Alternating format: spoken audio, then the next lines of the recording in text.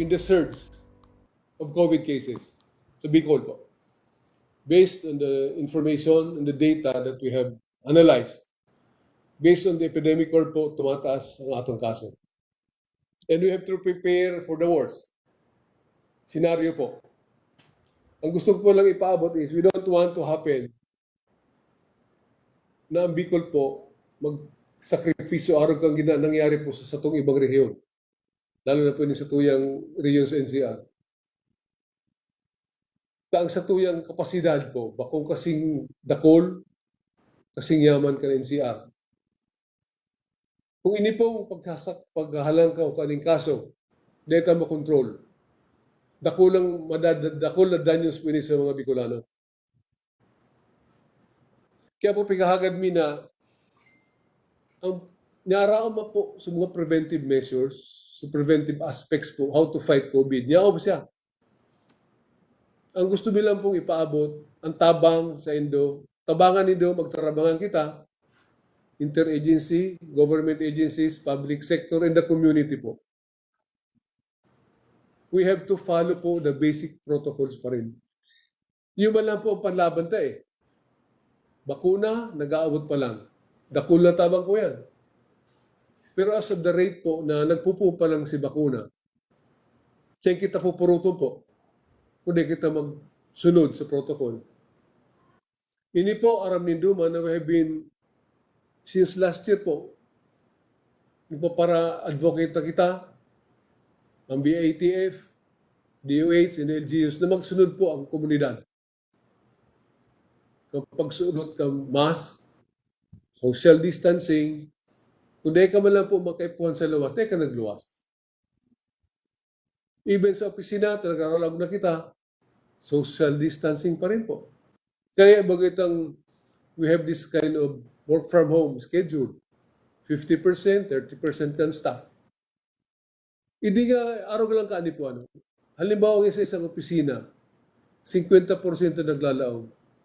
50% nasa row. So dahil naglalaog po, dahil na magpararabas, dahil na magpapara duma konsensay, duma nakakapurot. Ihilang paglaom sa opisina, positive na o lakita sa ibang ka-opisina. Ini po ang gusto mo pong ipaabot man na ang pagsunod po sa satong protocol, lalo na po sa ibaba, sa satong mga partner sa baba, na kung ang sarong pasyente o sarong COVID case, nag-positive po, dahil nagantungnan po ang pag-contact trace. Tang hilingon po nindo sa tuyang unyan, ang nagkakakaroata pong kaso ngunyan, bako din ni harali sa luwas. Bako ini hali sa ibang lugar na halangkaw ang prevalence ng COVID. Niyaw po ini mismo sa satuyang lugar na. In short po, community transmission is already there. In-house na po ini satuyang kaso ngunyan. It's within us from the community na po yan. Dahil lang po ini nababantayan, dahil lang ini na po contact trace na maayon. Ina po ang gusto mong ipaabot man sa mga partners. Daw po anong gibuhunta, kundi kita po makasunod sa protocol, madadaw kita ni COVID. Yaon na eh. Last year, para taramta na, pag umabot si COVID, dapat preparado. Sa hiling nyo daw po, preparado kita. Nagdo-200 na po ang aldaw kita. Isipin nyo lang, kung mag-average ka 200 ang aldaw, sa 5 aldaw pero yan, sa ribo, sa sarong simana 1,400, i-multiply mo yung ki-4, sa sarong bulan pero na yan, 5,000. Nahihiling na po ang flow. Meron ng gaps kita po. The mere fact po na data na nakakontrol, ang pagdakol ka ni, may gaps na po kita ngunyan sa satong sistema. Iyan po ang siguro babantayan ta. Kaya mo, pigahagad din sa inyong tabang sa media, nakulang tabang po kamo. Na magtabang ka, mag-advocate, magtaok informasyon po. Kaning basic protocols lang.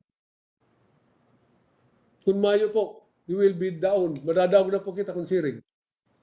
Ining rate po na nagdadakulan sa itong COVID na ini. Yun na po yung simptomas. Napadakula ini, baka dito na hindi makontrol. Kaya kami po gusto misana is magkaburunyog po kita digdi sa Bicol. We think as Bicol as one. Bicol as one. We work one towards the reduction of COVID. We work one po para matabangan sa dirita. Right now po, we have plans for our hospitals na. Tulong hospital ng Daracula, dito sa Bicol at mga pribadong hospital. Garo ano man po ang kaya kayong beds kayan. Kung mag-shift sa itong cases from moderate to severe, duman na po kita makakaproblema. Kaya as much as possible po, ang hinahagalbintabang po is, makontrol ta po ang pag-spread ni COVID. Yung duman lang po kita magana. Control the spread in COVID and protect those patients who have suffering from moderate to severe. Doon ay magalaan. Doon po ang kawat kayan eh. Diyan ang kawat po kayan. Yun po sa reality na pagsasabi na kayo ito, na pag dumakol na ang kaso sa Bicol, dapat po preparado na kita. Magkaburunyog po ang kabos.